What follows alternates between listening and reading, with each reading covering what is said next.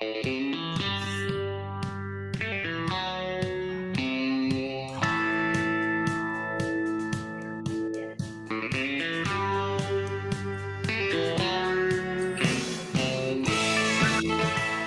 afternoon, everyone, and welcome to Law Dog Sports, the weekend big show, where my partner and I, Jeremy Schroeder, ruler of the airways, talk sports with you, preview the weekend, recap the weekend sports, and basically just general tomfoolery going on around the airways, which we occupy.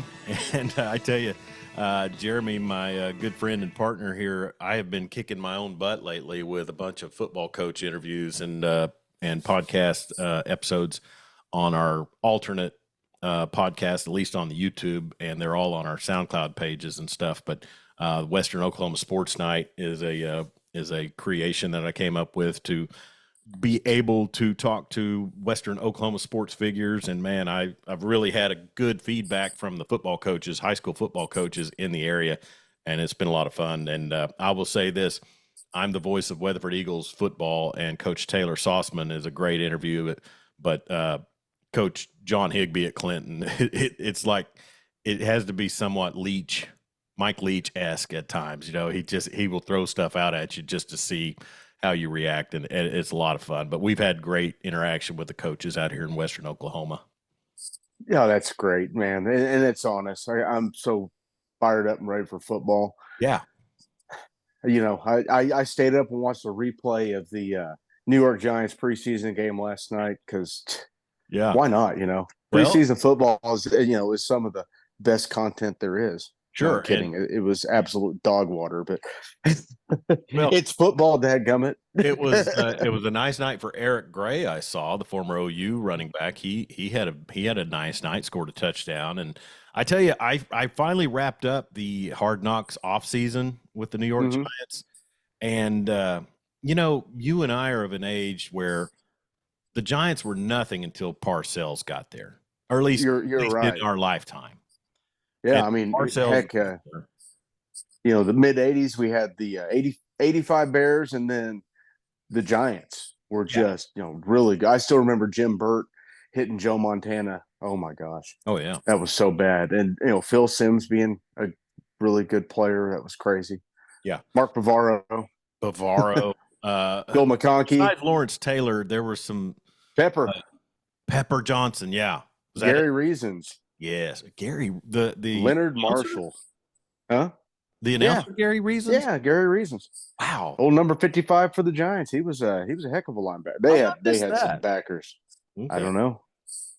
Dan Narva checking in from Michigan.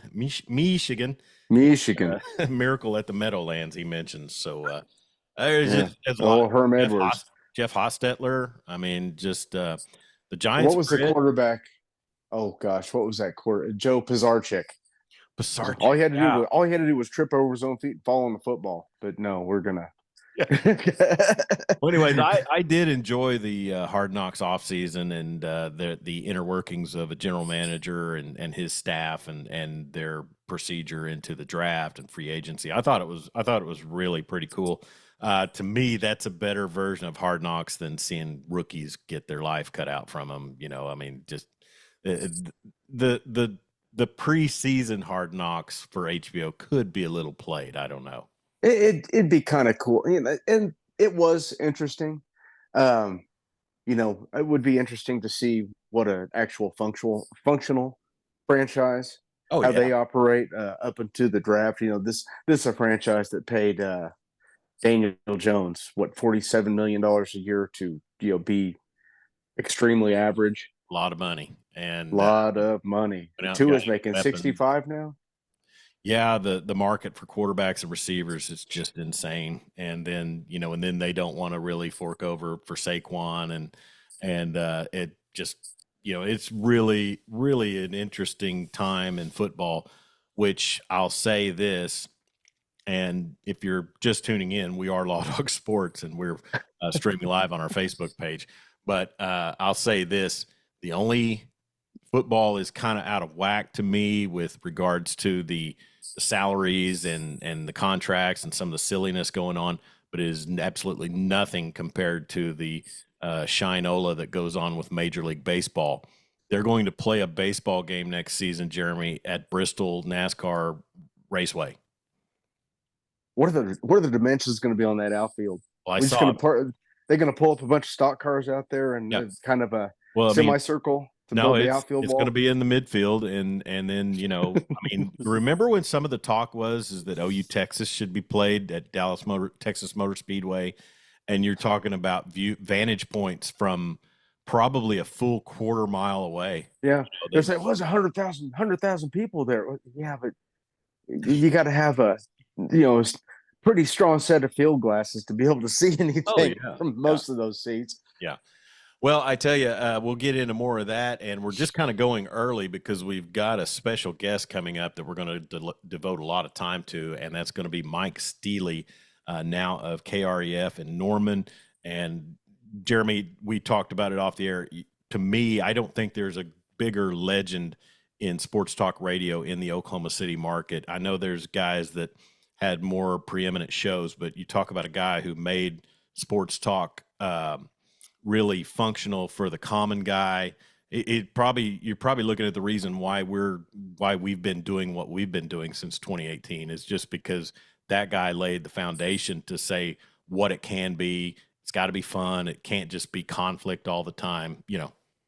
Every time a rabbit gets chased on this show, blame Mike Steely.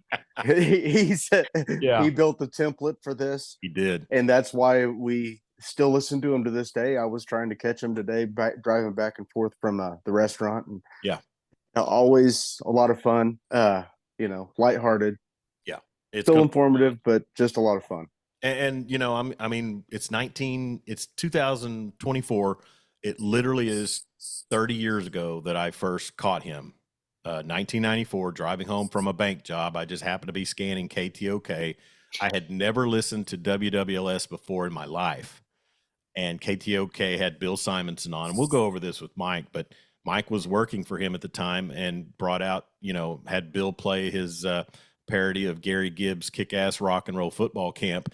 And unless you were alive and following, old enough to follow OU football in 94, you realize, how deep that hit. Yes, Gary Gibbs was not the type of man or coach to have any kind of fun at all. Great defensive mind. I mean, sure. Huge. Dan Narva is familiar with Bill Simonson, the Huge Show. He was doing Huge before the yellow-haired guy or the yellow-faced guy. Hey, real quick, as we get into stuff, I mentioned this nonsense. It's going to be on top of playing in a NASCAR raceway. It's scheduled for August 2nd next year. Now, we've got some really nice weather right now in Oklahoma with the cold front and stuff, but next summer in Bristol, Tennessee, August 2nd could just be a sweat box. And Lord knows what the hurricane season is going to be. But the Braves and the Reds, does that even reach out to you? I mean, I guess in that region, that's probably a pretty good draw. Yeah, in that region, I guess, thanks to Superstation TNT, or is it TBS, the Turner Broadcasting? Yeah, there are Braves fans everywhere. Sure. So it'll be a big draw. We probably take that for granted in this region, being that TBS isn't one of the primary cable channels anymore, and then also Rangers and Cardinals and Royals really dominate this. The Dodgers have their minor league clubs in Oklahoma. I mean, it's not harkens back to the day. It does not harken back to the day of Cubs and Braves being a lot of your viewing choices. And that would have been my choice, because that would have really hit a lot of people in our demographic. Hey, Cubs, Braves, national television, playing in a freaking NASCAR track. Yeah, and I get the fact that they're wanting to try something different, but to me, that's just nonsense. Dude, go back to the Field of Dreams. Yeah. Stop with the Field of Dreams. That's fine. Hey, why don't they play it on an aircraft carrier? Ooh, there you go. Sure. Well, I guess the dimensions, you don't You don't want to Maybe jump one of for those artificial islands the Chinese have been building all through the Sea of Japan. Let's the do that. President Ping Atoll. So yeah, well, and you know, somebody commented, and I lost it when I tried to like it, but somebody checked in and commented. So thank you. I've got Dan Narva on there. He said they're going to do the windshield home run derby. So I'm telling very you, they should just line up stock cars along the outside. That'll be the sure. fence. Turn the lights on and just Yeah. go with it. Coaches poll come out this week, Jeremy, and UGA, University of Georgia, is ranked number 1. Texas comes in 4th. They got one first place vote. That's the coaches poll, right? The USA Today. That is the coaches poll. It is. Yeah. So who was the coach that voted Texas number 1? Would it Steve be Sarkisian? Sark threw his guys out there? Or Venables probably did to put the whammy on him. The hoop and joop. OU comes in at number 16, and OSU comes in at number 18. I watched some of CBS's college football today. They've got that going already. Brian Jones, man, that guy, he's hit the Ozempic pretty hard. He's half the man he used to be. And Good for him. Maybe Chris Zorich will do the same. Is it Chris Zorich that's on there? I think so. Notre Dame. The old Notre Dame defensive tackle. Yeah. And then Neuheisel is on there too. So Skippy. Yeah, Skippy. That's what it was. So I was watching them preview the Big Ten a little bit last night, and there was a handful of them that got Oregon going all the way. Who are they? Got Missouri sitting at 11. Yeah. That team's got a 6 and 7 written all over them this year. Well, it's really inspired a lot of Missouri fans to just really get cocky on. Yeah, they're really digging into their tradition. Oh wait, they don't have any. Yeah, well, they accuse OU Twitter of being stuck in the past. So what past? The salad days of Gary Pinkel. Oh gosh, salad days. That's exactly right. But it's just one of those things, Jeremy, where you look at it and you say, okay, you guys, we all get to play it out. We all get to see what happens. OU's got a tough schedule. Texas doesn't have as tough a schedule to my mind, but they don't. And that's because they a big matchup between them and Georgia, and it could be two matchups in a season. Yeah, I mean they could drop 2 in a row. Now, how Ole Miss is number 6 with what they've got coming back and what they've got coming in is beyond me. Higher or lower, you think? I think they're higher, man. I honestly, I would flip them in Texas. Maybe even put them in front of both of them in front of Alabama, because I don't know. Alabama's kind of got to prove it to me with DeBoer and what's his name? What's the kid at quarterback? Him, Jalen Milroe, trying to run that wide open offense. I'm sure he can do it, but I'm a little tentative to put them that high. Is the Big 12 getting too much love in those polls?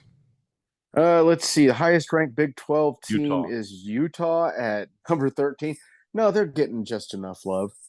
Are they really the team that can come into that league in the first season and do what the experts think? To me, I just think that's going to be a conference of maybe a 3-loss champion. They've been winning the Pac-12, and the Big 12 wasn't much better. And most of those teams are in the Big 12 now. So, yeah, with what they've got coming back, especially with Cam Rising coming back, they can do it. Well, Colorado is a shoe-in for the college football playoff. So you have to factor that. They should give them like a North Dakota State schedule, play one game against a FCS team and just slate them into the 3 seed. OSU, to me, getting picked as low as 3rd or 4th in that league. With a lot of returning talent, a Heisman or a Doak Walker award-winning running back. They start out with a tough one against an FCS opponent, but I saw today, Jeremy, that Mike Gundy's 15-0 against FCS in his career. He's not going to pull a Chris Kleiman and drop. Isn't South Alabama an FCS team? No, they were D1. Oh, okay. Yeah, and the reason I know that is because one of their quarterbacks transferred to Southwestern Thailand. Fine. Southwestern Thailand. Tylen Morton transferred to Southwestern Oklahoma State from South Alabama University. So Texas with a hurt back, and the C.J. Baxter suffers a season-ending knee injury. That's no bueno. And then Jaden Gibson, I think, is he ruled out for the Sooners for the season? Yeah, I haven't seen a straight answer on that. Maybe we can ask Mike when he Yeah, comes on. yeah, That that is a. I don't want to call that a massive loss because I think he was just coming into his own last year. yeah. In that room, let's face it. If you were going to call any room at OU an embarrassment of riches, it's the wide receiver room. But Yeah, he there's a is lot a of talent. he is a big old kid. He's 6'4", the long, rangy target. Do you feel like these, and I know they're guys that have been in collegiate programs and they're not fresh out of high school or even sometimes a JUCO, but are some of these transfers from group of five schools or FCS schools are they really something that can be plug and play? I mean, is it that they developed quicker or what?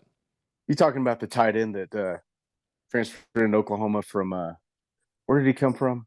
I Oh, can't even I can't even think of the kid's name now. You just I'm just thinking of some whatever of you those said offensive just linemen too. I mean, as I true. read reviews, Oh, okay. You're talking about the kid from North Texas and the kid that yeah, transferred in from SMU. and I think OSU's got some transfers in from UTEP.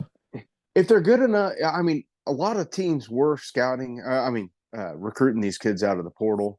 Yeah, They're good enough to play. When you get outside of the what is it, the group, the Power Four hmm. now, it's depth. There's a lot of really good players at the Group of Five level. It's just the depth that gets them. I mean, like I said, I get that they're in a collegiate program. If you transfer out from Wyoming to Alabama or to LSU, you're 3 years at Wyoming. You're probably at the status of what like a 4 or 5 star freshman or sophomore defensive lineman would be. I mean, is that fair to say? Even though I mean they gauge True. talent, but you're I talking would about say experience. so. And a lot of these kids, they end up at these places simply because someone missed on them. Yeah, And the kid from North Texas, he's a good player. The kid from SMU, we saw him manhandle the interior of the Oklahoma defensive line in Norman last year. He's a good player.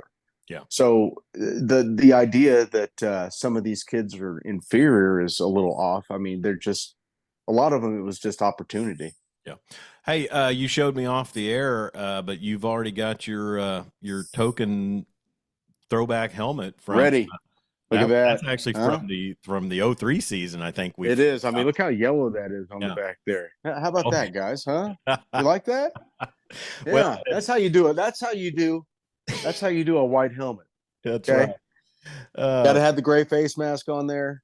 yeah, Michael Simpler the Busso. better. I hope I'm pronouncing Mike the Boos. the Boos. Is that Yeah, it's your one of buddies? one of my coworkers. Okay, my Michael. Thanks for checking in. I think the CBS guys were picking Utah Utes to win the Big 12. Yeah, it's kind of a consensus pick right now. A lot of people big on Kyle Whittingham. A lot of people big on Cam Rising. I mean, it's going to be what 14 years of combined collegiate experience when OSU plays at quarterback. When OSU plays Utah. I mean, Cam Rising, Loser has to forfeit a year of eligibility. Alan Bowman, You can't come back next year if you I think lose. they're both 7 year. And then our They friend are. our friend Connor Carr sends us some video of Arkansas with their 29-year-old receiver. And hey, dudes can Hey, still if have he a game before 30. listen, he has a good chance to contribute at Arkansas. That wide receiver room is probably not the best in the SEC. Yeah, So he could make some noise there. sure. Being Uh, 29, he's yeah, mature enough. 29. You should Hey, definitely be the leader. So, didn't uh, cost him a Scully, so why not? yeah, I mean, you get that guy and get him out there performing. And kudos to Connor for making me feel old and out of touch by, me commenting on the Arkansas receiver core, and then him pointing out they're making fun of Colorado. That was Listen, nice. every time Connor posts something about Arkansas, I'm immediately defensive and ready to attack because invariably he's going to say something that's just like, "What? What are you You talking are, about?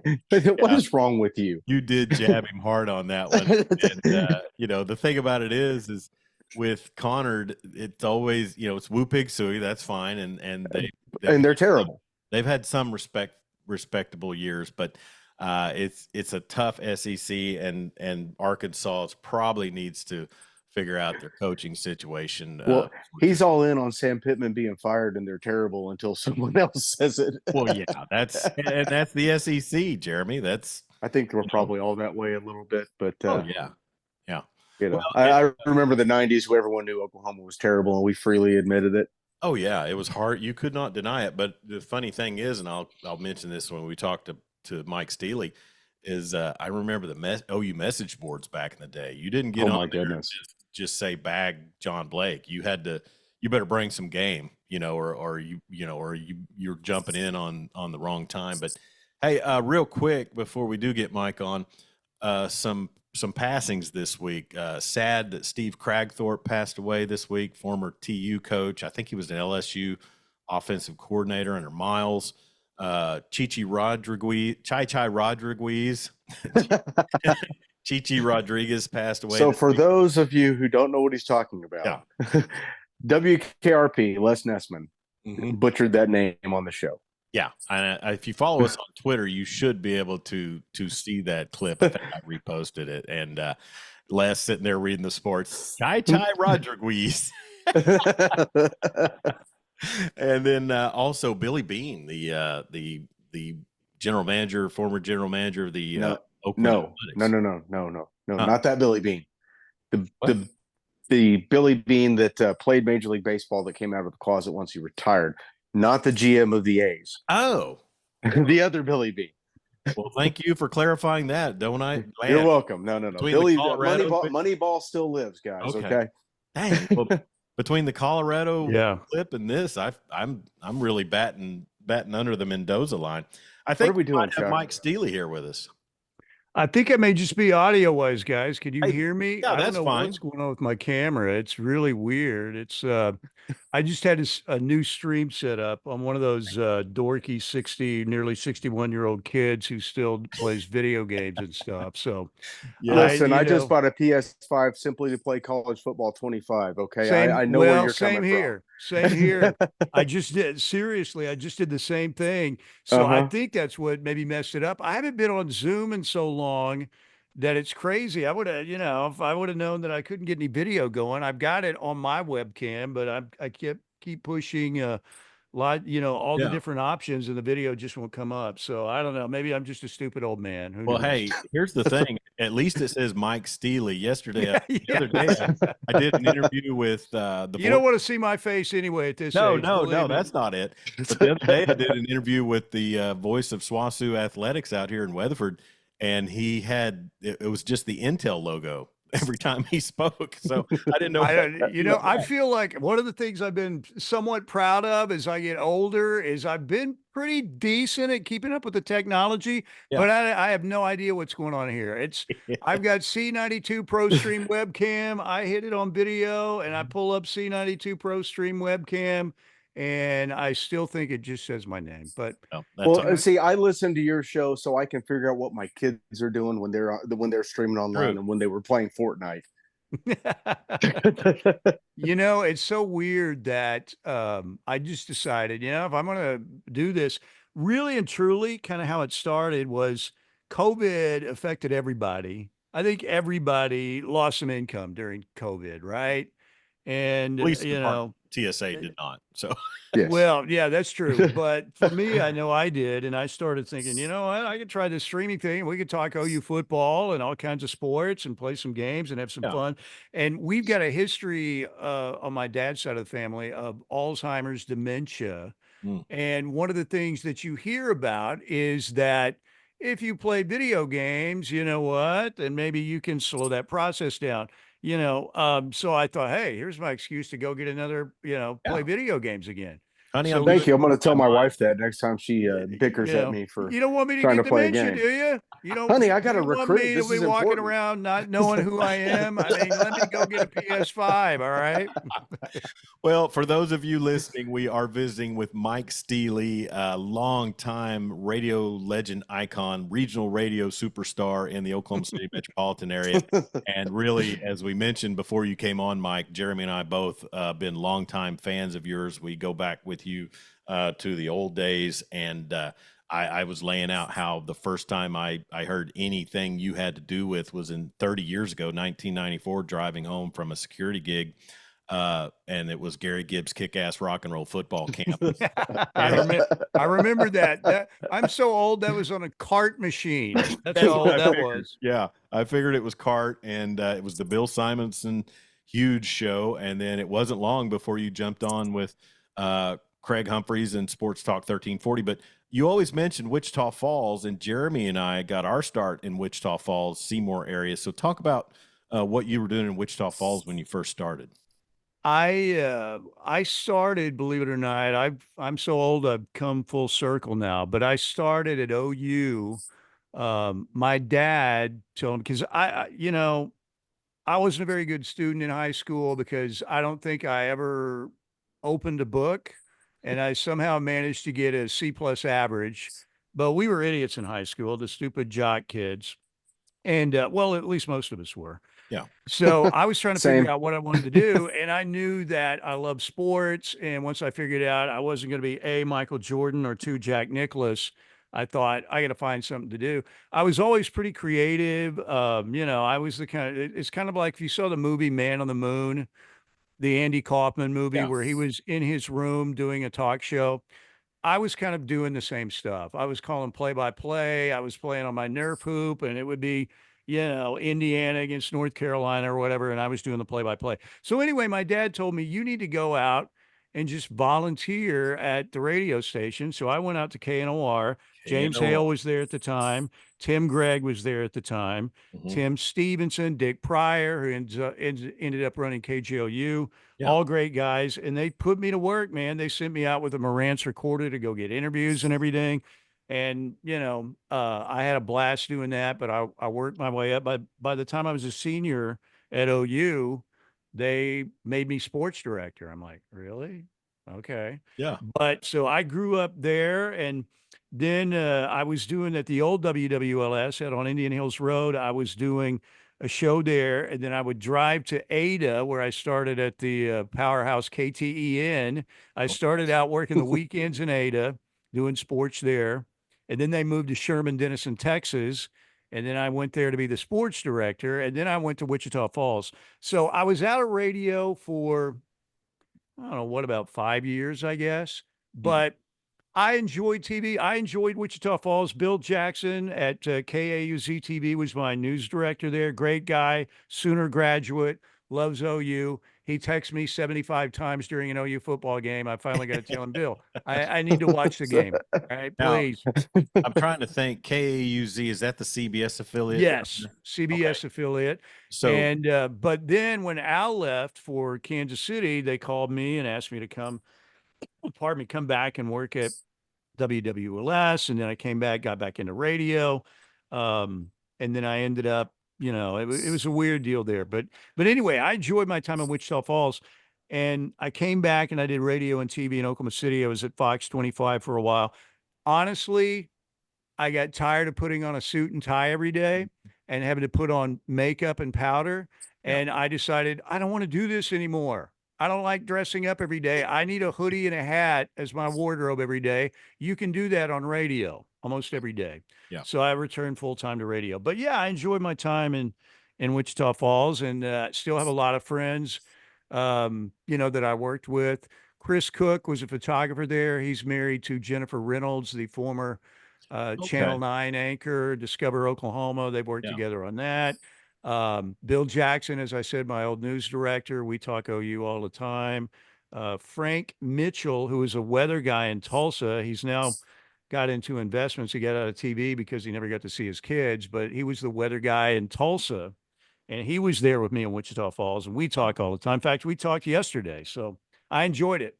Yeah, we Jeremy and we got started just because I was doing some part-time contract work at KSEY in Seymour, and Mm-hmm. we realized that their AM stick had coverage into Wichita Falls. And when I look back, Jeremy, we had Corey Hogue on there, who now writes for Dave Campbell's Texas Football.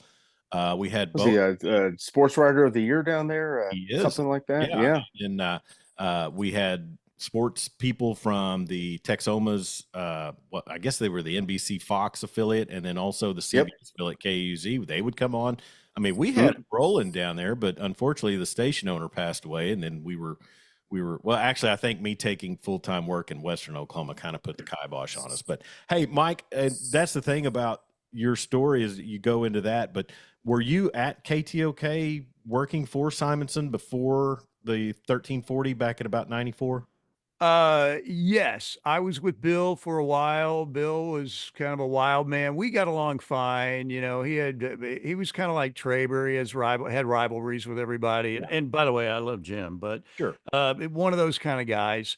But so I was there for a little while, and then I ended up going, like you said, at 1340 with Craig and that crew. And Craig, we're really good friends. I love Craig. You know, Recently two lost finest his wife. yeah, two finest human beings I know, male figures in my life are my dad and Craig Humphreys. Wow. And, he's just a great dude, and we had a great time at 1340. We had the late great Dan Lutz with us, so Oh we yeah. we, you know, we had to give him a hard time all the time, but, enjoyed that a whole lot. That was a great I experience. just heard in the back of my mind, I just heard the sound of flowing water and Yeah, I think we did like a whole hour of people would call in. Yeah, this is Dan coming through the birth canal. Yeah, and they would set up the soundbite, and we oh played god. that. Dan. I will tell you this story about Dan and what he was like, and Mhm. I think it was a different time, so I think I can get away with it now. Yeah. But anyway, so we were going to have to do some kind of a show on Saturday morning. It was remote somewhere, and Dan didn't want to go back to Norman, so he was like, "Can I stay with you, Steelman?" I said, "Of course you can." I was living in an apartment in Northwest Oklahoma City, so Dan, um, he didn't have his wheelchair; he had his crutches that he used to use. Mhm. And Dan, had that affliction his whole life, and always it never slowed him down at all. But I lived in the upstairs apartment complex, Oh no. and we were supposed to do a show the next day. So Dan wanted to make sure that he could get to work. His sister or something couldn't take him. I said, "Just stay with me. That's fine." Mhm. So he we got out, and we've got to navigate those stairs. And I said, "Dan, you know, here, just let me pick you up and I'll carry you up the stairs." Dan said, quote, "No way, that'll look gay. It'll look like you're carrying me over the threshold." Oh no. I said, "Dan, nobody is going to be watching and nobody's going to think that. Yeah. I'll get you up these stairs. I can lift you. It will take us 60 seconds. No, no way. Not going to do it." So Dan couldn't really, his crutches weren't working. So I kid you not, Dan crawled his Oh way gosh. up the Oh my stairs. goodness. I kept telling him, "Dan, let me pick you up and carry you. Nobody's here. Yeah. They're not going to, no way, it's not happening." He was not going to let that happen, Yeah. period. So we had ordered a pizza, like right as we got into the parking lot. I got on the phone, ordered a pizza. We were going to have some pizza that night. The pizza guy got there about the same time that Dan did. Oh wow. But that's Dan Lutz. He was bound and determined, "I am not going to let you carry me up that flight of stairs." Yeah, And he made it all the way up. I remember Dan being the early morning show on WWLS before you guys started 1340, and he would take some calls and go over scores and things like that. But he really was a good analytical mind, especially baseball and football and things. And it was a time to me when you guys brought real banter about sports because the Cowboys were good at the time, the Steelers were functioning and things like that. And you guys just really had a just a banger of a lineup from morning once you started the 1340, from morning till evening. Yeah, we had a good time, and we kind of come out of the John Blake, Howard Schnellenberger stuff was That was a also great time. crazy, and Howard, as weird as that was, gave us the greatest year of comic relief of all Yeah. time. Yeah. It was so ridiculous. It was crazy. And, all Howard's bluster of, "Hey, brought me here and I can run the whistle," and all that BS and changing the uniforms and we're going to kick Colorado's ass, and then they got theirs kicked. I mean, it was just Yeah. ridiculous. And all the stories of, "Hey, I saw Howard's wife went over to Harold's and grabbed $3,000 worth of clothes and just Oh, walked out of the store," like they were How just did we owed end to her. up with Howard? Ah, man, his reputation was pretty good at that it time, was pretty right? I mean, he pristine. was I at guess I Louisville. guess he He'd had won a just turned national Louisville around. title at Miami. Mhm. I think at the time, people kind of thought, man, this could be a pretty good hire. The guy beat the '83 Nebraska team in the Orange Bowl. He's Yeah. taken Louisville to a big bowl game or two, and I don't know, but it was just it was If it I was remember crazy. right, it was a situation where we wanted a coach with some fire. Gibbs, as we mentioned, the kick-ass rock and roll football camp was, really Yeah. on cue. Gary was not a lively guy. He spoke in monotone fashion, and to me, if I remember that era right, we wanted somebody to come back in and kind of reinstill the swagger. Well, they were right there on the precipice of being really good every year. It was just Yeah. Yeah, maybe that was the formula. Couldn't I don't beat know. Colorado, couldn't beat yeah, Nebraska. He had one big win over A&M. They did beat Nebraska once, but those games were killers for Gary Gibbs. And it was difficult coming out of the Switzer era, and they couldn't beat Texas either. They four had Yep, times. Texas every year, and it was Keith Cash or Peter Kerry Gardere. Cash or yep. Peter Gardere. Peter Gardere, who was a very average 4 years in a Texas row. quarterback, but was Peter the Great against Oklahoma.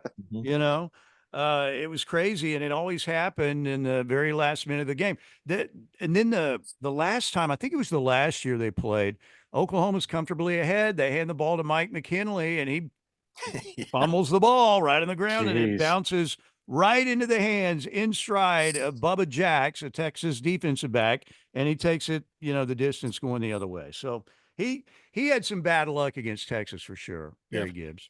But yeah, the Howard year was great, and that's when you guys really got in the swing of things. And one thing I'll say this about your show, Mike, specifically, is it was very fan conducive. I called in for years as Chuck the Duck. Hmm. You would play Disco Duck as the intro. You gave listeners Rick their own D's intro. royalties are still rolling in. Exactly. And you would play intro music for your listeners. I remember, I think it was a guy named Driver. Oh yeah. Was out. You had I want to drive the Zamboni or something because he was such a big Blazers fan, and so you really took entertainment to me and intertwined it with sports talk and really made a I hate to say cult following, but I mean, shoot, we were all tuned in to see what the Steelman was going to roll out, as far as comedy and sports talk. Well, I appreciate that. And that's what I was looking to do because, you can only talk so much about when should they blitz and when should they play man and when Yeah. should they do this or that. The X's and O's part. To me, sports is fun too, right? I mean, it's just a game. I know we take it a lot more seriously here, but to me, just having fun and talking about it. And, a lot of that came from the era of Oklahoma football that we were in as well, Hmm. because we weren't talking about how great Oklahoma was. We were like, what the hell's going on more than anything else. I can still remember we used to get the old, instead of the text line, it was the fax machine. Oh yeah. Fax us at this number. And we had, I can still remember we had, if there was a movie made about this season of Oklahoma football, Howard's year at OU, what would it be? And I can remember them coming in with a stack, of faxes that were coming in. And I'm like, okay, looking through them, and I'd read the facts, read the facts. And then I remember the winner was Pipe Fiction. I still remember that. Hype And fit. it came via fax machine, but it was crazy times. We worked out at 1340. We literally were in a closet office. Was that at the because 28th and North yeah, Oklahoma location, yeah, KXY? exactly. Okay, yeah, So yeah, all their office space was taken. So we were in a closet with like the fax machine and then a little bitty desk. And yeah. I can still remember you could put like three people in there. One had to be standing, by the way, like in the corner. So I remember Traber at that time was still dipping his Copenhagen all the time. Oh, And Traber, being the filthy person that he is, I'm just kidding, but would always leave a giant styrofoam cup full of oh, Copenhagen yeah. spit just on the desk. He wouldn't go to the bathroom and like dump it out or whatever. And I remember one morning Dan was in there and I was in the production room and I was doing some parody bit or something and I heard Steelman, Steelman, just this screaming, crying out. So I leave immediately. I'm like, oh no, Dan's in trouble. I And know. I walk in there and Dan had accidentally knocked over Traber's giant Copenhagen spit cup. Oh, And there was this wave of Copenhagen spit that was flowing in his direction, right towards him. He's in a wheelchair. He can't get out of oh there yeah. quickly. So I've got to grab the chair and pull him out of there and avoid disaster. But so he just avoided the giant wave of Copenhagen spit. Oh So gosh. those were You the know, days. one thing about the KXY location is, as a burgeoning, sports talk network, you have to have the guy that does your promos. And if I remember right, his name was Olin Wells. He was a Yeah. great voice that used to do promos for you guys. I can still hear his voice in my head. You know what? We made him change his name though for 1340. We made him Olin Ryan. Olin Ryan, but he For used to 13 do. for KXY, he was Olin Wells, but Yeah, we made him say, dude, you've got to be Olin Ryan. You're Olin Ryan for us, all right? I'm sure he was a real professional back in those days, because you had to have the voice, and that's what you did. I'm sure he really loved bouncing from Jimmy's Roundup Cafe spots for KXY, and then intermingling Beavis and Butthead clips for you. I think he actually enjoyed it, Sure. but he was a great dude. And I saw Britt, our engineer over at KXY, at Yeah, Bev Humphrey's Brett funeral. Lockhart. Yeah, great, great, great, superhuman being. We sat next to each other and we're reminiscing about really and truly when you're doing this, it's so enjoyable. Hmm. We're lucky to be doing it. I've been very fortunate and blessed. I really have. Yeah. And to do something that you love to do that's not really a job. Now, again, the prep work, the thing that people don't understand, I'm a super prepper, man. I prep, prep, prep, prep, prep. And there's a lot of stuff off the cuff, but I want to make sure I have everything ready to go, what I need, soundbite wise, everything, notes for the day. I've got like 3 or 4 sheets right here you guys can't see, but from today's show. Yeah. But we were just lucky to kind of touch a nerve. Traber was on a mission because WWLS had let him go. So, when Jim gets focused in on something, he locks in until he wins or at least makes a major dent. I know he's controversial and, but that's, in talk radio, if you've got half the people who don't like you and half who do, that's kind of a good thing, whether it's Oh yeah. Steve Bayless or Stephen A. Smith or whatever. But it was a good time back then. And I was talking to Brett. I said, those are probably my most enjoyable days in radio. And I haven't really had many days that I haven't enjoyed. But when I look back on that period, it probably my favorite time in radio. So Quick question about Traber. Were you involved in the signage that was placed in his yard after I Tiger was won the not, Masters? but I was Okay. very much in favor of that, which I thought was great. And I can just see Jim going out there and ripping it up. Jim's so funny. He's so competitive, man. Yeah. Um, but I love Jim and I love Julie. But, when I went over to the franchise and I ended up, what happened at the franchise, COVID happened. Nobody was advertising at all, hardly. No sports were going on. And I told Shay, I said, you know what? In a situation like this, they start making cuts and they don't cut from the bottom. So I said, I'm on the lookout and so they asked me to take one pay cut. I did. They asked me to take another one that was bigger. I understood it because business wasn't coming in, Sure. but I couldn't. I said, you know what? I'll take the 90 days at the rate I'm at now. And then I thought I'll figure something out. Yeah. And that's where I started doing the streaming show, ended up working in Tulsa for, a little over a year doing my show from here. So everything worked out. No hard feelings with Tyler Media because there was no money coming in, Yeah. 0. Yeah. So I understood it, but, trade though, when I started at the franchise, all of a sudden I'd be in the middle of a segment and I'd get this bloop and I'd look at my phone, it'd say, Jim Traber, "Steelman, who are these yardbirds you're working with?" You know, or something like I'm like, and I'd text him back, "Thanks for listening, Jim." And, Yeah.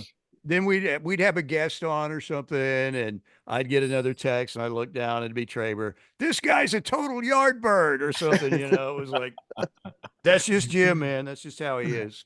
Well, and you did several years there at the franchise, and they have, really been with the mindset to try to be the alternative or a competitor of WWLS, which it's tough because Cumulus is a big radio network, and I would imagine WWLS is about their only moneymaker in that market. So a lot of energy and resources go to that, and then really it's just the staple. It's kind of been there, but I do know that now with the ref, I mean, used to as you talk about prep, you used to have to prep for OSU, Tulsa, things Yeah. like that. At the ref, you're pretty much just keeping up with OU, right? We are. I mean, we're the home of Sooner fans, and, it's kind of a niche because I will say this. I love Al. I love Jim. I like all the guys over there at the Sports Animal. Craig, when he was there, Curtis, the Spinozzi. Phil is an unbelievable producer for the Morning Animals. They have probably taken the show that we did and even taken it to be a little bit better show, in my opinion, because Phil is such a great producer. And those guys, it works. See, I'll But disagree with you there, but go ahead. the situation is that WWLS, there's again, they're all really good. I'm not dogging them at all. I'm really Sure. not. But they're also Coca-Cola. They're going to be number 1 in sports in this market when I'm gone. Yeah. It's just that way. And again, they have good shows and they have good hosts and a lot of people I really like. But when you're at a place like the Ref, we've kind of created a niche there, where we get a lot of OU interviews. It's an OU themed. I don't want to say we're like the Fox News of OU. I mean, we look at one side pretty much, but I don't think I try to make sure that. And look, deep down, am I an OU homer? I mean, as a kid, I was drawing my own OU game programs. I was Yeah. born and raised in Norman. My dad worshiped the ground that Bud Wilkinson walked on. The And your first uncle. game, 1970, and my uncle. Yes, all of that. So, but the one thing that I try not to do is just pump total sunshine. Yeah. Because guess what? Sometimes OU doesn't play well. Sometimes, fans now in the SEC, you might have to get used to 4 loss seasons or maybe even a 5 loss season. It might be this year. Now, I think they're going to be better than that. Yeah. But if you just go out and say everything's great, don't worry about it, to me, I always, if they play bad, you've got to talk about they played bad or you have no credibility. But I love the people I work with there. It's been cool. The one thing when you've been around so long, you get a chance to work with everybody. Yeah. And I always thought that KREF's got a really good lineup. T-Row's excellent. TJ's great. Plank is spectacular. I think Josh Helmer's really good. Parker's come on. He's young, but he's really well ahead of the game for his age. Teddy's developed into an excellent broadcaster. Tyler works his butt off. But yeah, it's definitely OU centric because I think you kind of need your own niche. And if you're the Norman station, Sure. it's always worked that way. Yeah, Well, even when I was at KNOR, it was somewhat that way. and I used to work at iHeart up at 50 Penn Place, and one of the sports director there, he was a big OSU fan. He's like, and they were simulcasting the Rush on 1340, and he was like, it's just OU. And I was like, well, yeah, they're in Norman, but we visited with Barry Trammell earlier this summer, Mike, and talked about a lot of things with him. But you mentioned you were doing stuff in Tulsa. In the industry, do you feel like the technology that makes it possible for you to do a show in Tulsa or to, do your stream, is it changed things with how people relate to local sports, or is it just we're there, we're just not actually there. Is it anything that's kind of had any sort of impact on how people listen or what people listen? Yeah, somewhat, definitely. Now, like for me, I've been out of the covering press conferences game for a while. Yeah. For 10 years or so, I used to do pregame and postgame and be at every press conference. As I got older and, it's just changed for me, and there are other people who can do it. I just do the pregame show. But in terms of all the podcasts and, you can do the show from home, um, for me, the thing that has changed the game is there are people out there who are desperate for attention, whether it's YouTube or whatever, Twitter Spaces, that just make up BS or just are trying to get attention and will say or do anything to get that attention. Yeah. And unfortunately, it's kind of like in politics these days, and I'm not taking any political side. I hate both sides, Yeah. but it's like you've got to scream and say something crazy to get anybody's attention. Mhm. And that might work for a while, but again, you've got to have some credibility. I see some people on Twitter. It's like, oh, you're going to have the best team in the history of college football. Book it, mark it down. It's like, dude, we know exactly why you're doing that. It's for RJ, yeah. likes, it's for clicks. This is another one, but yeah, RJ's out there a little bit. But it's, you know what I mean? It just disappoints me that we've dumbed things down, in my opinion, so much. Yeah. And I'm not saying that, nobody except a pro should have their own show. I am not saying that. If you start up and you're good, awesome. Yeah. That's great. But this yelling and screaming to get attention or making stuff up or that stuff is just, it's really because nowadays we still lump everybody in. We used to have guys who, you're a professional journalist, but and I'm all for everybody. If you can start a following and have a great podcast or have a great YouTube show or whatever, that's awesome. But it's this need for attention and I'll do and say anything Yeah. that pollutes everything that I don't like personally. Yeah. We're visiting with Mike Steely from KREF, the Ref Radio in Norman, and then also follow him at the Steelman, I believe, as well as he does streams where he talks sports, and also is it traditionally Fortnite that you play, or are you? Well, I am the senior Fortnite champion of the world, so yes. Brought to you by Depends and Metamucil. Yeah, there you go. Hey, sponsor's a sponsor. But anyways, Steelman, you to me, and I was telling Jeremy back in about '98, I got my first home computer and I found the unofficial Oklahoma message board, and you used to be pretty prominent on there, and you would talk a lot of college basketball. And man, those guys, some of them have translated their message board prowess to Twitter and also cover recruiting. But you always you were a great college basketball source back in the day. And I don't mean to bring up 76 Indiana, but it's been a pretty prominent theme on your programs. Yeah, as much as I was an OU football fan, I also fell in love with college basketball. And you think about the teams that we watched. I started with the UCLA teams.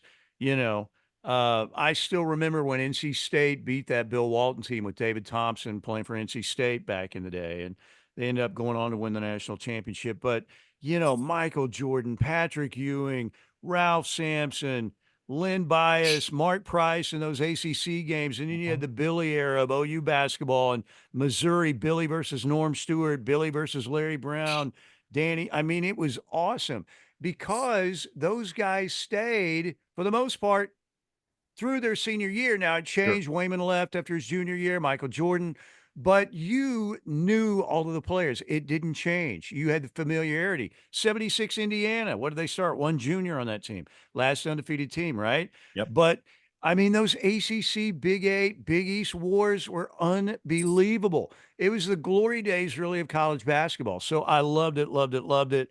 Have I lost some of my love for college basketball? 100%. The one and dones, everything. Even now with the portal, teams are changing every single year. And I still love it. But believe me, I used to watch college basketball every single night it was on, there was a good matchup, and it's just not the same anymore. Did It's tough, you try to watch OU and it's mid-season before you really even have a feel for what the roster is. Yeah, yeah, It's crazy. absolutely. And has the man, it's Thunder had a the role in that too? I think the Thunder has had a role in that. Yes, and when they're good and they're going to be around for a while as a real contender for the next 5 years or so, they have built themselves for the long run. And I was very disappointed to see we didn't get a Christmas game yesterday, but I think the Thunder plays into that. And you've got so many opportunities to watch a game that you didn't used to have, and you've got so many more options out there for your entertainment time, whether it's Netflix or Hulu or Peacock or Amazon. You've got movies right there at your disposal. You can watch just about any game in the country, Yeah, right? You yeah. don't have to get up and drive all the way to Norman or Stillwater, and you don't have to pay, how much is a hot dog and a Coke? Oh, that'll be $15.95 or whatever. It's right there for you at home. So there's just a lot more reasons for people to stay and watch at home too. But OU basketball has always baffled me on their attendance because I think there's this notion that during the Billy era, it was always packed. Yeah. And Nope. for certain games, it was. UNLV, Georgia Tech, Kansas, Big Missouri, national the big games, yeah. games. Yeah. But there were a lot of times I remember sitting there, we would do our pregame show and look around like, there are like 4,000 empty seats. They're like number 4 in the country. It's Let just, me tell you something. Growing up in Coweta, Raycom Sports did a good job of making sure that I didn't know that was going on. So in the 80s, yeah. Oh, those days. You were probably Jay Randolph and Gary Thompson, I bet. wasn't Reed Geddes. I seem like I remember a lot Yeah. of Reed Geddes after he got done with the Cougars. But no, we used to have fun and used to do. You kind of originated the 64 team giveaway in this market, if I remember right. And then I remember, always one of the greatest days in sports of the calendar year is day one of the NCAA tournament. I think you and I Yeah. spent an afternoon at Lumpy's with some barley pops and talking some basketball Yeah. one time. That was a thrill of my lifetime. But Lumpy's back in the day. That was a place, and they've expanded now. So yeah, those were yeah, good times. We also had, of course, another big bracket, which was the Babe tournaments. And we actually had Shania Twain on the yeah, air after really, winning the Babe tournament. She agreed to come on the air holy because cow! I think she did because we were at KXY. All right. Yeah, So she knew, hey, man, I can get more airplay too if I come up with this dork who made name me the Babe champion. yeah. But yeah, we have Shania Twain on the air and we congratulate her for winning the Babe tournament. So But Dave I and Dan to remember thank for that. Patty Garrett. yeah, I remember being at the Bricktown Brewery, Mhm. and that little area upstairs. They had the little circled off area, kind of was like the cool lounge. Yeah. And I was there, and I can't remember somebody. I heard my name be mentioned, and it was some dude up at the bar, and I heard somehow some lady said, "Mike Steely, is that pig who does that Babe tournament?" And I was right there thinking, yeah, right over here. Yeah. That's me." But we had a lot of fun with that, and it was pretty Well, and stupid. But and, we Elizabeth Shue won one year, yeah. and then Shania Twain won, and I can't remember. I think it may have been Jennifer Love Hewitt the year 3, and then it was over with. Well, and then you would do a listener fantasy football weekend. It seemed like the predominant pick for kickers was Neil Rackers. Yeah, oh, yeah, that's right. I forgot about that. Every single everyone who named a kicker, yeah, it was 98% of the time. They All just right, wanted and to your hear the kicker, Anchorman clip. Neil Rackers, please. Well, and Jeremy, I think I won a 1 year for Hate Night at Bricktown Brewery, and I think it would have been WWLS putting it on. In '99, the first year Stoops was there. I won a gift certificate for an auto detail or something for telling the best Bedlam joke, and it was the one about What was the joke? Can you say it? about the ice recipe. why don't they have ice on OSU sidelines? Because the player with the recipe graduated last year, and Pretty good. they gave me the gift card to I think it was one of those Oh, places. is Al still doing Hate Night? I don't think so. Yeah. I'm out in Western Can you do a Oklahoma. hate night these days? I probably not. You get Yeah, canceled with the somehow. way of the Babe tournament. Yeah. Well, Yeah, that's we've exactly right. we've got you on out in Western Oklahoma. Our station manager at KCLI, he grew really weary of the pencil neck, who's the LA Chamber of Commerce head on Fox Sports Radio at 11 o'clock. Now it's Mike Steely. Oh, The afternoon nice. on KC Nice. 97.3 The Score. And then also, game day is huge on 97.3 The Score, which is where I'm at. But talk about what you've got going this fall and what you'll be doing with KREF for game days. Well, we'll be out at Balfour, and we're going to have a lot of great guests and a lot of audio and just have a good time. And I am so looking forward to this season. It's going to be unbelievable. I want to jump to the Tennessee game right now, but I know you can't do that. But I think it's going to be interesting to see what it looks like on a Friday night with OU opening with Temple, and then you get Houston, Tulane, and finally Tennessee. But I am just, there was so much fatigue with the Rooster kickoffs. Oh And man. I just think the Big 12 schedule. Now, again, you're going into the heavyweight division with Ollie Norton and Foreman and Joe Frazier and all these great heavyweights, right? So it's going to be different, but it's going to be so much fun. And I think there's going to be a real buzz around Campus Corner again. And there always has been. Certain games bring a lot more excitement than others, obviously, but I am ready to see that place energized again. I like that they've extended, where you can tailgate now. I think they were a little soft with that stuff.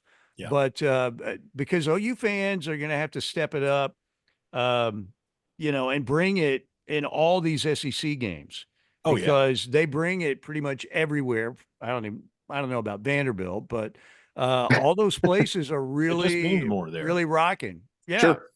And in a way it has. But what has amazed me is the sort of lack of respect for Oklahoma's football history.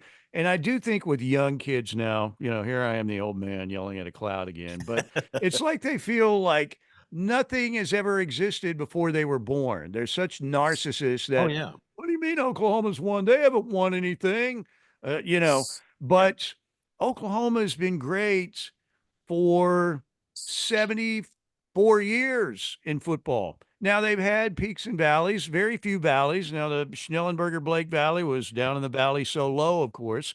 But Oklahoma, it's kind of like I was thinking that Jeff Goldblum line in Jurassic Park, life finds a way. Yeah. It's OU will find a way in the SEC because that's their history.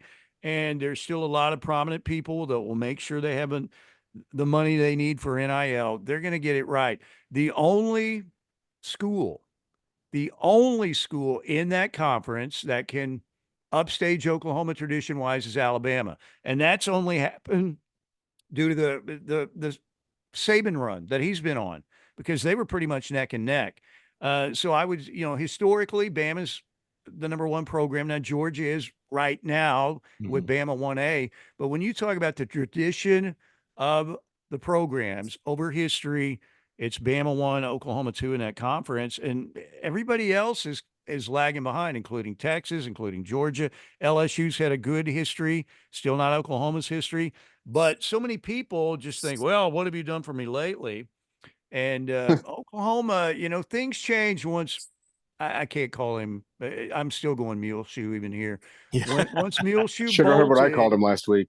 yeah, I bet that I still they had to repair some damage after that, right? And they've repaired most of it. It's not completely repaired yet, but I like their roster. I really think they're moving in the right direction. And if the line and Jackson Arnold, they play well and they can stay relatively injury free. I know this Jaden Gibson thing is not good, but you look at every game on that schedule, they could win. Do I think they're going to? No. Yeah. But I still think, people are talking about if you're Oklahoma, you should win your home games. I don't care if it's Tennessee or Alabama, you win your home games. And then Auburn's going to be tough, particularly right after Tennessee. But you've got a better roster than Auburn. Yeah. Mizzou, they're driving me crazy, those fans.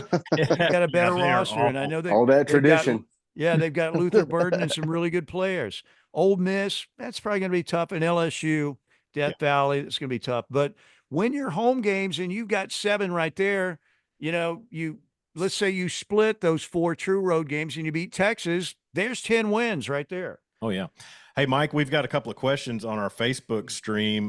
Max Patton in Sayre, Oklahoma, and Marty Wandry at Clinton Liquor in Clinton. Okay. They're both asking the same question. What's your opinion on the throwback jerseys that were revealed? Oh, my gosh. Unbelievably awesome. His helmet from 03. There you go. I'm telling you, they were great. Unbelievable. I've been waiting for those to make a comeback, and I know they're not quite the same. They have the SEC patch and the Jordan, the Jumpman logo, but they're awesome. To me, they are the best that they've worn. And I know the Texas Tech game probably had something to do with that, that whole situation. Thank God we're out of that godforsaken place. Texas Tech. I about got my ass kicked in Lubbock. Lubbock it was scary. I will give Texas this, and we've talked about it on the radio. Found out that Texas fans call, you got the Aggies, the A&M Aggies. They call Baylor the Bible Aggies, but they call Texas Tech the Sand Aggies. Yes. And I love it. I absolutely love it. But no, I think they're absolutely tremendous. As my dad, who passed away a little over 3 years ago, he loved Bud. He would tell me about those games all the time. And I think they're unbelievable. Yeah. And I got to say, Venables rocking the Bud or the Bud. So cool. That got to get that shirt, man. I have already made that an emote on my Twitch channel. All right. So already I'm getting that right there. Yeah. But no, OU's social media team has done a great job. That was fantastic. I mean, absolutely fantastic. Yeah. But you know what? Dare I say this? Yeah. I wouldn't even mind if they went back to those as the regular uniform. That's how cool I think they are. But then you lose the cool white road jerseys. I was going to say. So I like what they have now, but at least I never really cared for the Rough Riders or any of that stuff that much. Yeah, it's good to see that retired. Yeah, we were semi fans of the anthracite last season. I do like the anthracite. That wasn't anything that appalled me. If they got rid of them for good, I wouldn't cry. But if they brought them back, I wouldn't be mad either. But yeah, this is a neat deal. And then, like you said, the road whites, and then but whatever you do, I mean, keep the logo the same on all regalia. Don't go back to that swooped or that what was the 90s OU interlocking that was kind of angled. Yeah, they call it the disco logo or whatever. Yeah. That's all right for like a hat, but no, don't put that on a helmet. Yeah. But I wouldn't mind maybe seeing, because it was Jim McKenzie when he came in who turned the helmets red, right? And they kind of had that old school 60s OU logo, maybe one game like that. But you guys that are in the chat on Facebook, I think those uniforms, again, that they showed yesterday are just unbelievable. They're great. Yeah. Well, and I tell you, Mike, we have kept you on here a long time. We've covered a lot of ground, and of everything that I'm probably in awe of you about, and really as far as what I do, it's basically been inspired by listening to you 30 years ago and since. But how you found that audio from Howard in the inaugural press conference of the Florida Atlantic football program by Howard, where he's talking about the founding fathers and the obelisk. Howard, first founder of our country, George Washington.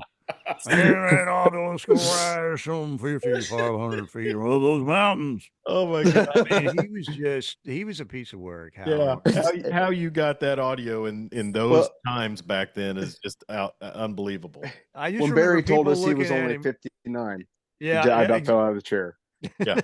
But Howard, I remember the first time I knew there was something, he was like, "Well, Howard, what do you think about the matchup you got coming up this weekend?" And he was looking like, "All right, well, certainly we're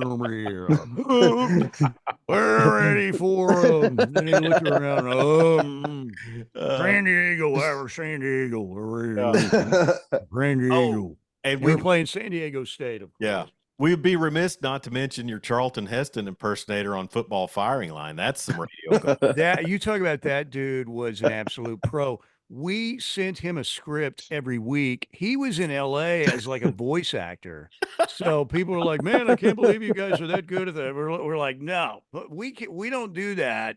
For those on the inside, we would tell them. I remember Clay Bennett was one of the, I was at a Thunder game. I love Charlton Heston's football firing line. I'm like, "You guys, who's doing that impression?" I'm said, "It's a pro in LA. We just write the script for him and he voices it." There you go. I mean, it just, I mean, we could really reel off. I'd forgotten about that. That thing was great. Oh yeah, and the Stoops Thanksgivings, and yes, and because the Mac, who did Curtis anything with Joe Mac Dickinson Brown.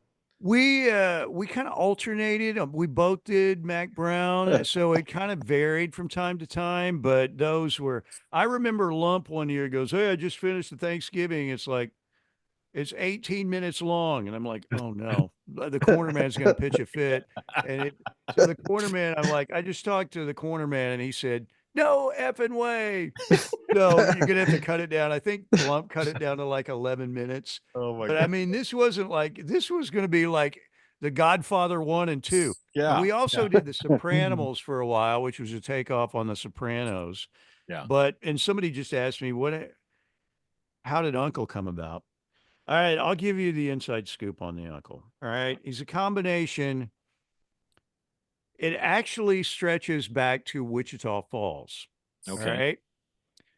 We were talking about my time in Wichita Falls. We had a guy there that we were friends with, and we would get together because everybody's, not in their home state. Like the weather guy I told you, Frank, who ended up in Tulsa, he was from California, Chris Cook from Oklahoma. So none of us had girlfriends that much. If we did, we weren't hanging out together. Yeah. But we would sit on the weekends because we all did the weekday newscasts, and we'd sit around. We all rented this big house that had this really cool, like sunken living room where we hooked up like 4 TVs. It was on standard cable, but we'd be watching sports on the weekend. There was a wet bar there. We'd play some music and just drink beer and watch sports all weekend. But we had this one guy that we kind of liked, but he was the tall tale guy. And every one of his stories, and when he turned and looked in the other direction, we all would be looking at each other and making that sign like his nose is growing like Pinocchio. And he always started out his story with, "Man, my uncle." And then he'd fill in the blank with like, "My uncle killed, Yeah. 4 Viet Cong soldiers with a petrified stick when they had him surrounded or something." He was always doing these unbelievable things. It's like, dude, you really think we're believing this? But we just let him go. So it kind of got started with that. And then my dad, greatest man I've ever known, but my dad would lose his mind during like an OU Texas game or an OU OSU game. Oh, He yeah. wasn't a big cursor, but he would lose his mind if you lost to Texas or Oklahoma State. So one year he told me, he said, this was during the Gulf War, "I'd rather lose to Iraq than Oklahoma State." So I'm like, "So you'd rather be taken over by a Muslim dictator, a terrorist dictator, than lose one game?" And he was like, "Yeah, I'm sure, Yeah. So I thought I need to create this OU fan because the OU fans can get outlandish. So I need to create one that's kind of based on a guy that tells these tall tales, and no matter what, OU's going to win, and they're going to win by 70 points. And, in fact, I used in one of my early bits that the character said, I'd rather lose to Iraq than Oklahoma State, by God, So that's kind of where it came from. Yeah. And you've never thought about calling a Feinbaum show in this character? I'm sitting here watching Feinbaum, so there you go. I never thought about that. I may be.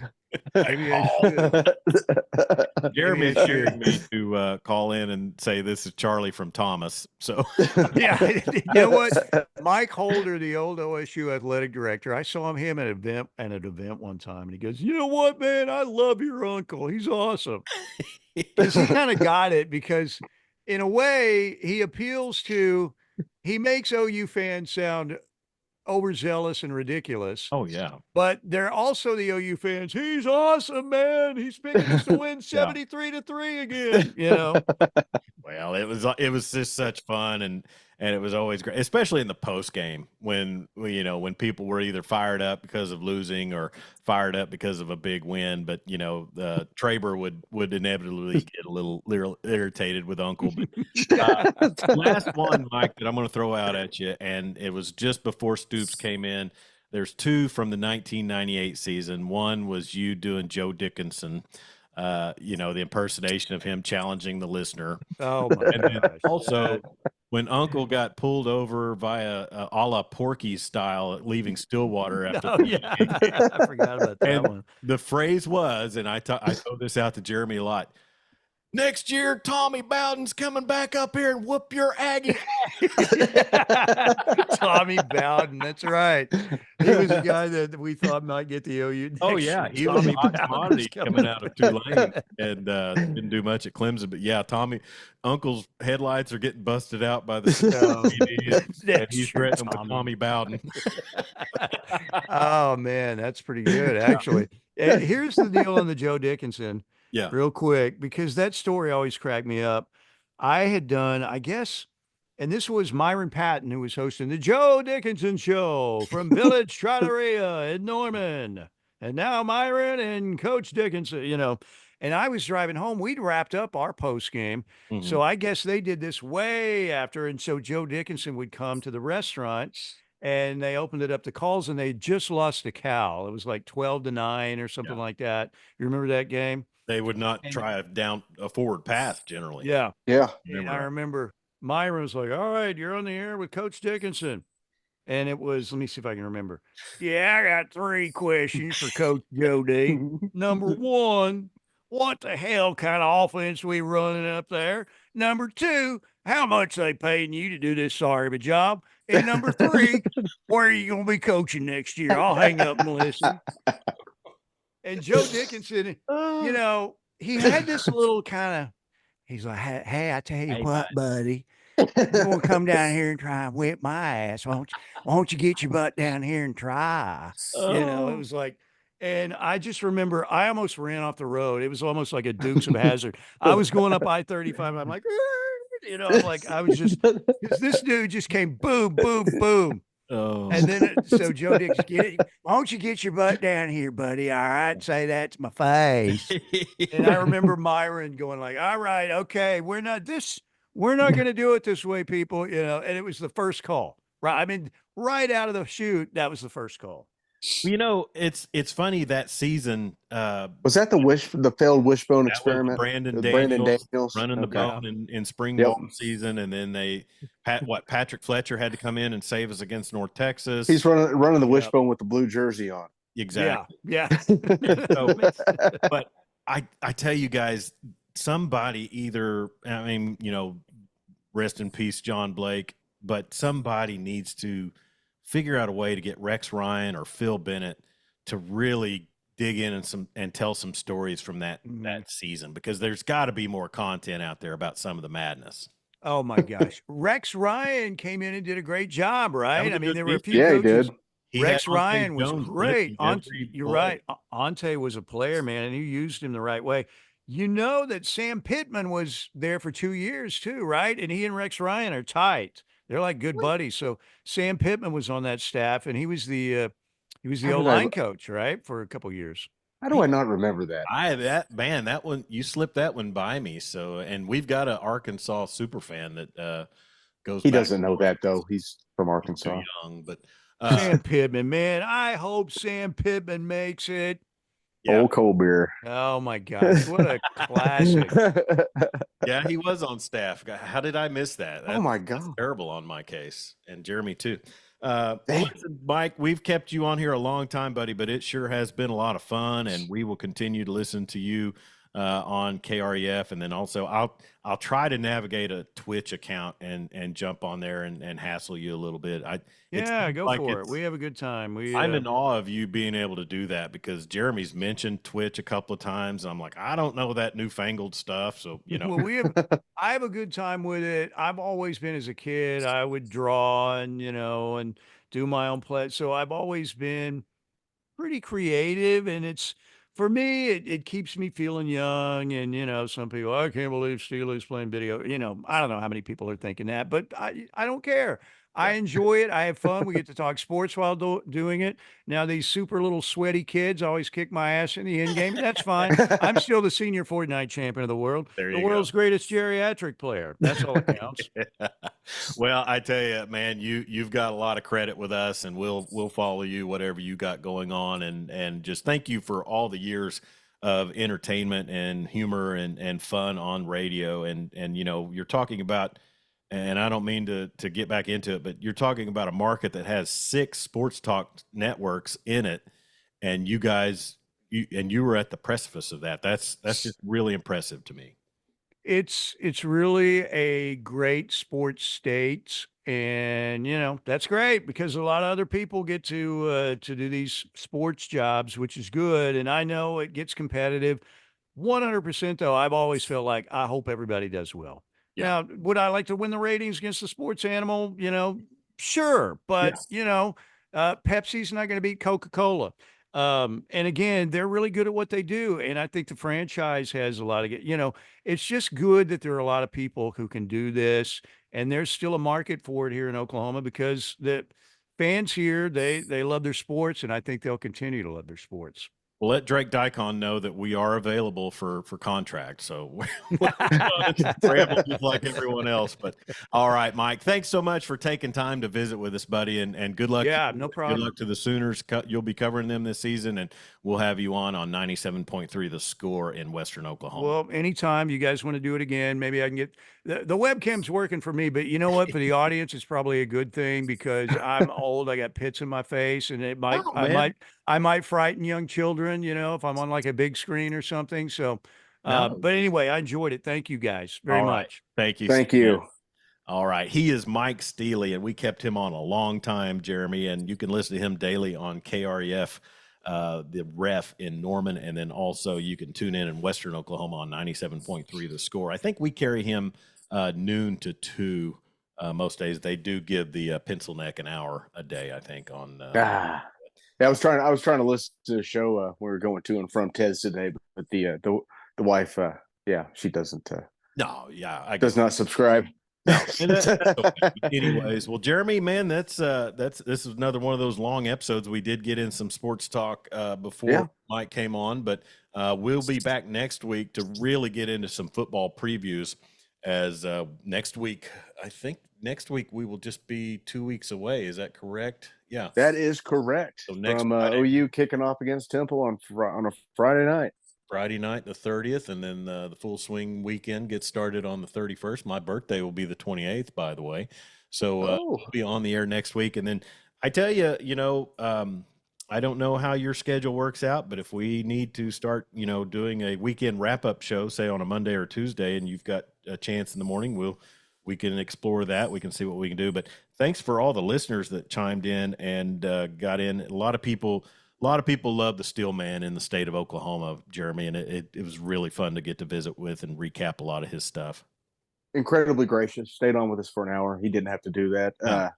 Really cool. Really cool. Now, would we have been on his Twitch account at the same time? I have no idea. And I forgot. I didn't get to work in the story of a very drunk me underneath the stadium after the TCU game. Let's go, man! Yeah, I walked into USA Screen Printing one time when I worked undercover with some buddies of mine. And I said hey to him. He said, "Hey, Chuck," and I leaned over to my partner. I was like, "I told you he knew me." Yeah, a lot and of my partner's like, "I did not believe you." So. The first time I ever went to OU, Texas, I can't remember the name of the hotel, but I went down there and he was broadcasting from the hotel, so I just sat down there and watched him. Oh yeah. During the Landry Jones years.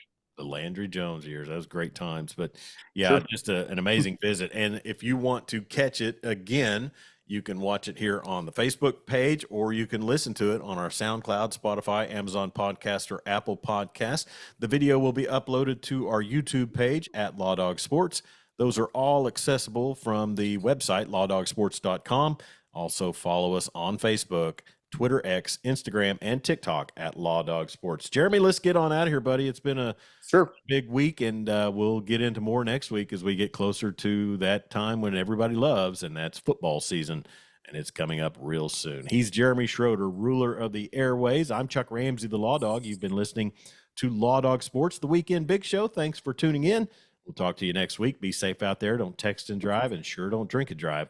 And we'll talk to you real soon.